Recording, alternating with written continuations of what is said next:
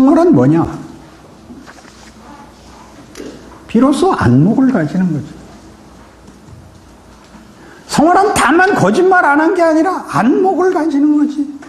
분별이 생기지. 통찰이 생기지. 삶에 대하여 이해가 가지. 하나님이 이를 어떻게 하시는지가 보이지. 그리고 이게 과정이라는 것을 알게 돼서 자폭하지 않게 되지. 이건 몇 번이라도 내가 다시 해야 된다. 단번에 일이 되는 건 없다. 땀은 배신하지 않는다. 연습해야 내 것이 된다를 알게 하지. 무식한 것이 일을 한다. 무식한 것이 하나도 없어야 된다가 아니라 모르는 부분이 있음으로써 다른 사람의 가치와 영역이 있다. 그리고 서로 모르는 것을 함께 나눔으로써 우리는 화음을 만든다. 이런 것들을 알게 되지. 화음은 뭐야? 둘이 다른 음 내는 거잖아. 같은 노래를 부르는데 음이 다르잖아. 혼자서는 절대 못 만드는 거. 화음. 아무리 고함을 질러도, 아무리 목소리가 좋아도 화음은 혼자는 못 만들지. 우리는 다만 부분에 불과하다. 그렇게 얘기하는 것은 예술에 참여할 줄 모르는 것이지.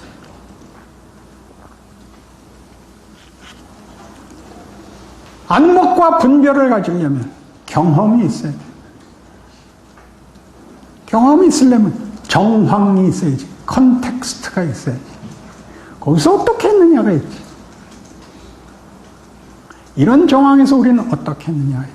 그게 역사야. 하나님이 끊임없이 우리에게 컨텍스트를 허락하셔서 우리로 하여금 그 안에서 누리고 보호받고 도전하고 질문하시지. 안 그래요? 생각이 없을 때는 뭐 하는 거야? 여러분이 크는 거야. 아브라함에게 한 약속이 모세에게 이루어질 때까지 이스라엘이 애굽에 430년을 있어. 노예로. 그땐 뭐 했지? 인구를 늘렸지. 인구를 늘렸지. 모세를 불러서 이스라엘 백성을 구원하라 할 때 모세의 반응이 뭐야? 하나님, 어떻게 일을 이렇게 하십니까? 였어요.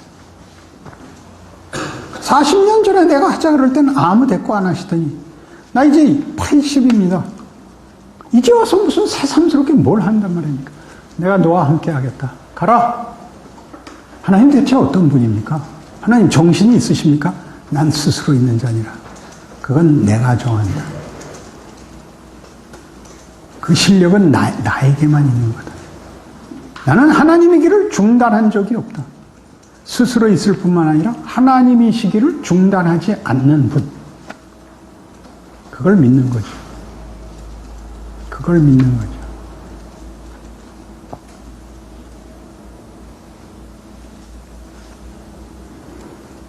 그래서 정황이 있어야 되는데 정황이란 역사죠.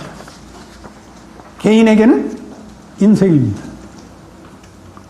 우리가 태어나서 1살부터 죽을 때까지 나이를 살아가듯이 각 개인에게, 그리고 더 크게 역사 속에서 우리가 어떤 그 가운데에 서 있습니다. 그리고 이런 모든 정황은 문맥을 가집니다. 전후가 있습니다. 하루씩 이렇게 잘라져서 있는 게 아니라 사전같이 단어들이 나열되어 있는 게 아니라 소설같이 자신의 인생 속에서는 자기 인생이 연결되고 있습니다. 문맥을 가지죠. 모든 사람이 문맥을 가지고 그 모두를 합쳐서 역사를 만듭니다. 역사에서 기억된 사건들만 역사가 아니라 기억되지 않는 것들도 역사에 있습니다. 그러니 우리는 이런 단어들을 더 깊이 이해할 필요가 있습니다. 지식, 경험, 지혜, 한계, 관심, 도전, 기대, 의미, 가치, 실용성, 헌신, 이런 것들이 당연히 필요합니다. 인문학적 용어로 필요합니다. 그것이 컨텍스트로서 하나님이 우리를 만드시는 정황으로서 이해해야 됩니다. 경험은 우리에게 해석을 요구합니다. 경험은 사건일 뿐만 아니라 그게 무엇인가라는 의미를 우리에게 묻습니다. 그 경험이 여러분에게 무슨 질문을 했습니까? 가장 중요합니다. 여러분의 인생이 여러분에게 지금 무슨 질문을 하고 있습니까? 그리고 여러분이 믿는 기독교는 거기에 뭐라고 답을 합니까? 질문과 응답, 질문이 그 사건이 가졌던 이해가 나이가 들면 바뀝니다. 거기에 더 많은 질문이 있다는 걸 알게 됩니다. 더 많은 내용이 있다는 걸 알게 되고 그걸 아는 일이 성화지요. 하나님이 우리를 철들게 하십니다. 우리 그렇게 성화를 배우지 못하고 있습니다. 그래서 우리는 계속 후회하고 회개하고 씻어내고 다시 하고 그래서 매번 출발선에만 서 있습니다. 돌아가서 다시 출발선에 서고 돌아가서 다시 출발선에 섭니다. 지금까지 한 게 무효가 되고 납니다. 늘. 그렇지 않습니다. 시간이 가듯이 하나님이 하시는 일이 무효화되는 것은 없습니다. 그 모든 것이 일을 합니다. 어떻게 일을 하냐고요? 십자가 같이 반전이 있습니다. 반전이 있다는 것은 모든 것이 죽음으로 밖에 갈 수 없는 세상의 세력이 궁극적 세력이 아니고 우리 모두를 향한 하나님의 창조와 구원이 궁극적 세력이라는 것이 사망을 뒤집음으로써 역사적으로 증언되었기 때문에 우리 모두의 믿음의 가장 결정적, 궁극적 근거가 됩니다. 그것이 우리를 견디게 하는 겁니다. 해결하는 게 아니라. 해결하는 게 아니라 견디게 한다는 걸 기억하셔야 돼요. 여러분들이 지금 겪고 있는 말이 안 되는 것들이 무슨 의미인지, 거기엔 하나님이 무엇을 담으셨는지 나중에 알게 됩니다.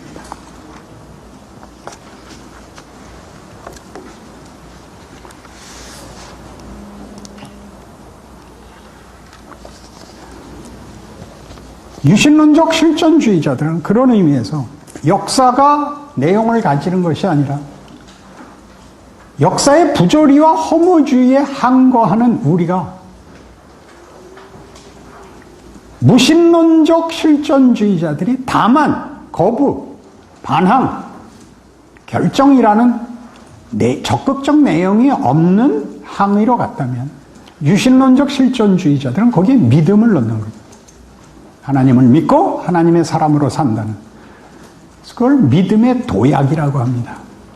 세상이 가진 부조리와 허무주의를 극복하고 하나님께 자신을 묶는다라고 표현합니다. 이 표현은 대단히 중요하고 우리에게 실제적인 것입니다. 그럼 어느 부분에서 차이가 나느냐면 이렇게 한 사람 중에 대표적인 사람이 칼 바르트입니다. 그러니까 바르트가 한 궁극적인 바르트가 한 결론들은 다 우리와 같고 신앙 고백도 다 우리와 같은데 단 하나 다른 게 실존주의가 가지는 역사에 대한 부족, 역사 비평을 기본으로 하고 있다는 데 문제가 있습니다. 우리 오늘 가지고 온 아까 프린트물 읽은 그 다음을 봅시다. 8페이지.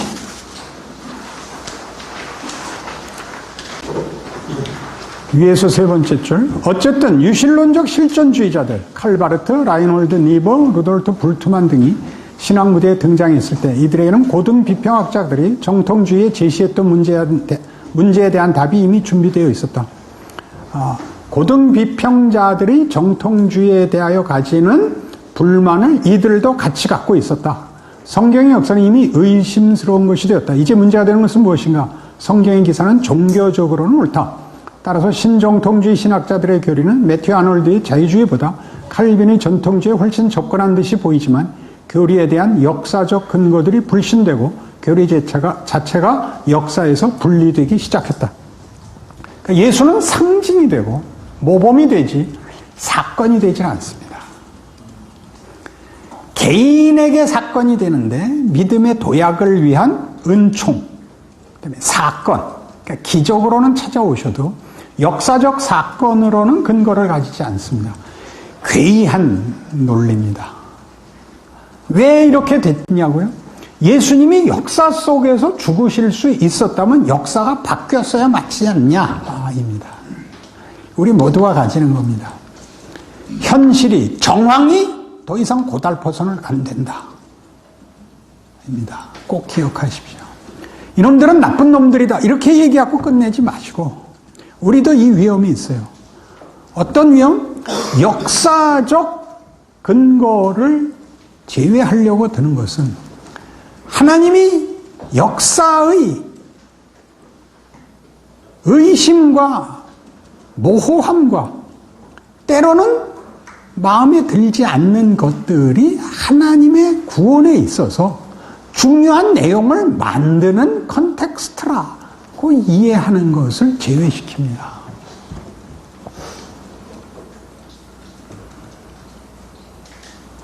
사춘기를 지나지 않은 어른들이 있습니다. 반항해 본 적이 없는.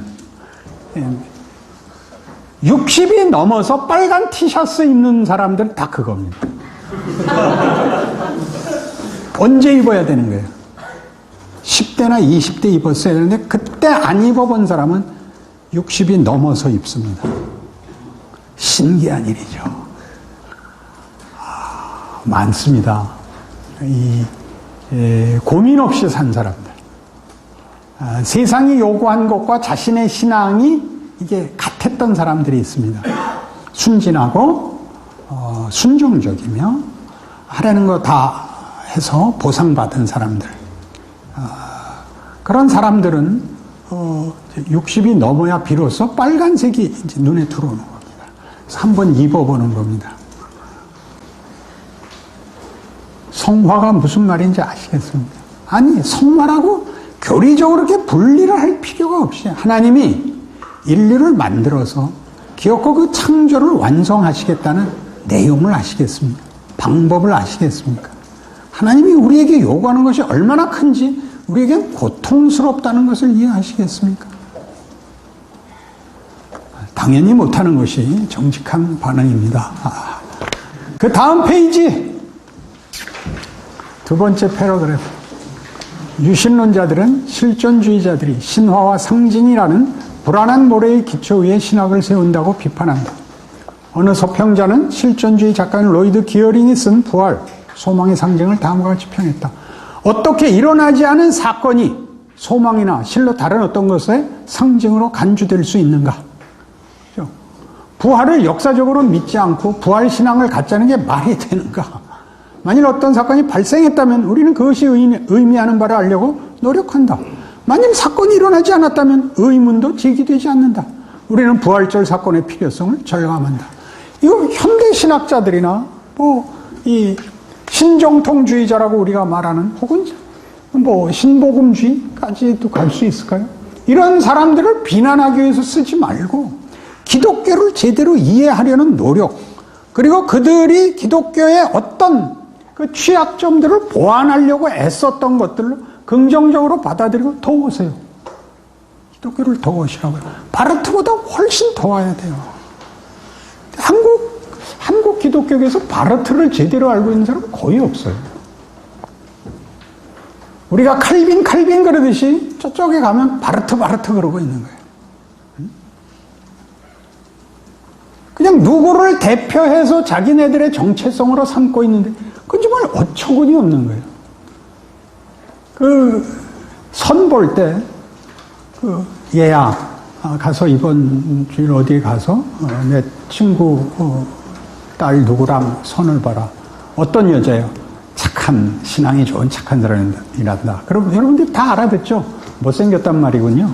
금방 알아듣죠? 금방 알아듣잖아요.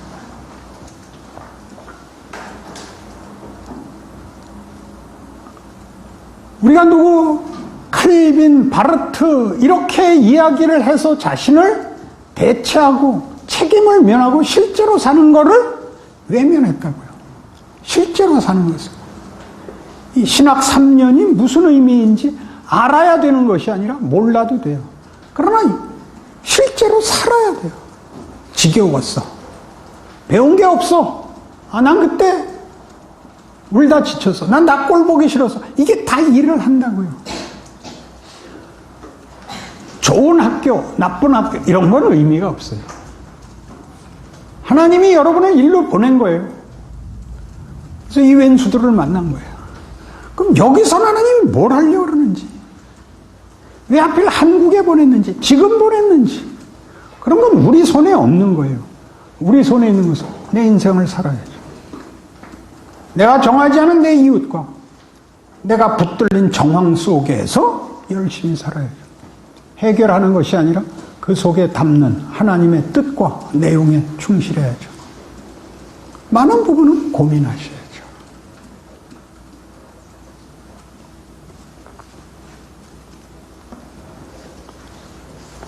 의미가 있으려면 먼저 사건이 있어야 한다.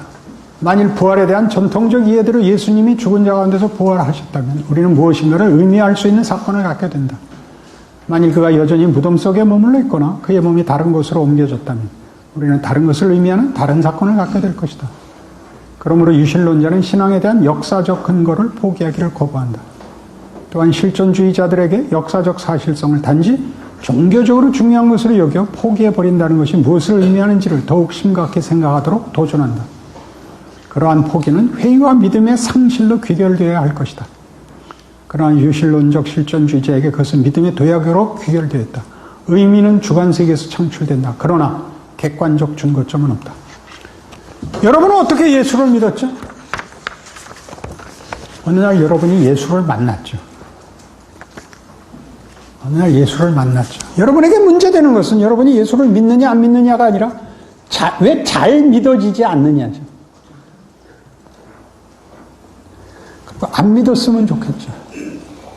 더 믿었으면 좋겠죠. 근데 여러분들이 만족할 만한 믿음이 나오지 않기 때문에 구원파에 솔깃하는 거예요.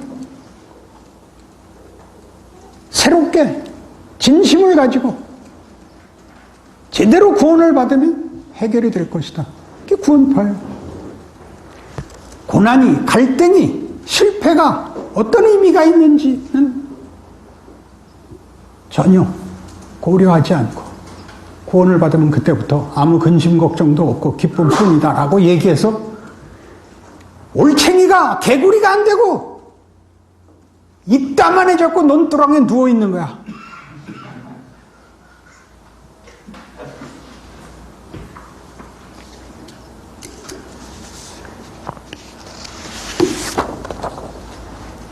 성화란 무엇보다 성육신에 의한 현실의 구체성을 진지하게 다루는 것이다.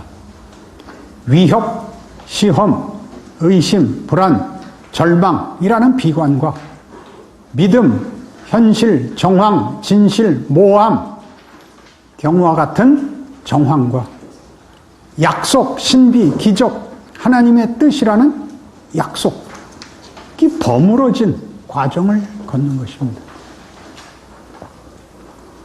이 무수한 조합으로 합력하여 선을 이루신다는 것을 믿습니다. 그래서 신자의 최고선은 믿음이고 순종이며 믿음과 순종이 드러나는 실제적인 현실은 인내입니다. 인내. 인내란 뭐냐? 대책이 없어서 끌려가는 걸 인내라 그럽니다. 답은 없고 도망갈 수도 없고 그래서 붙잡혀가는 것을 인내라고 합니다. 아멘입니다. 여러분 모두의 경우입니다. 자유와 책임은 특권과 명예이며 게임을 예술로 승격시키는 하나님의 방법입니다. 안목과 분별과 통찰은 기술이 아니라 차원이 됩니다. 우리가 무엇을 창조하는 것이 아니라 하나님의 창조와 구원을 누리는 것이 됩니다. 질문하십시오. 텍스트는 성육신을 말하는 겁니까? 성육신은 이제 구체성입니다. 그 안에 성품으로 하나님을 아는 지식으로 텍스트가 들어옵니다.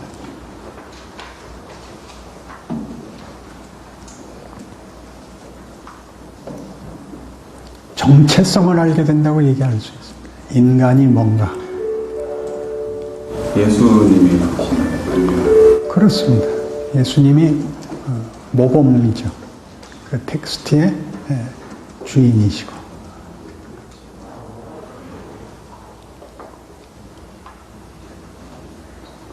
여러분들이 지금 할 수 있는 일은 그 벽이 허물어지는 것이 가장 시급합니다.